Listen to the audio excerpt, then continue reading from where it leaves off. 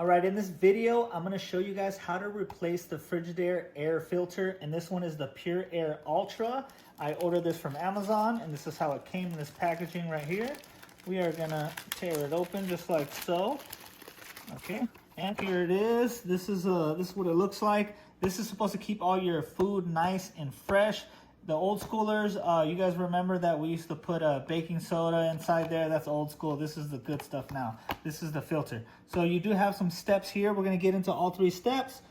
The first one is, okay, is you gotta tear the serrated edge and pull window out. I'm gonna show you guys what that is. Circle installation month, replace in 6 months. So we're gonna make sure we circle the month. That way we can replace this in 6 months.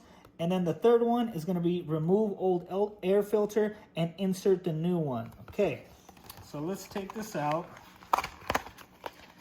Okay, we just open like so, and it does come sealed, so we do have to open this up. Jeez.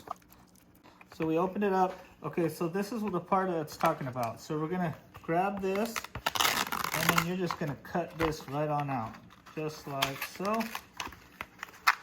Okay, and then so it did say our step 2 was to circle. So, okay, we are in February. So 6 months from now, which is gonna be August, we're gonna switch it out. Okay, so that's just so you could put like when you actually put it in there, so you don't forget. That way 6 months later you can switch it out. You could put the year right here if you wanted to.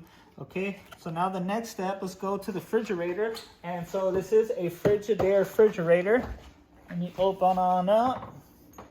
Okay, so now the air filter is all the way in the upper left. I think most of them are gonna be over here. So all you have to do is pull out on it like so.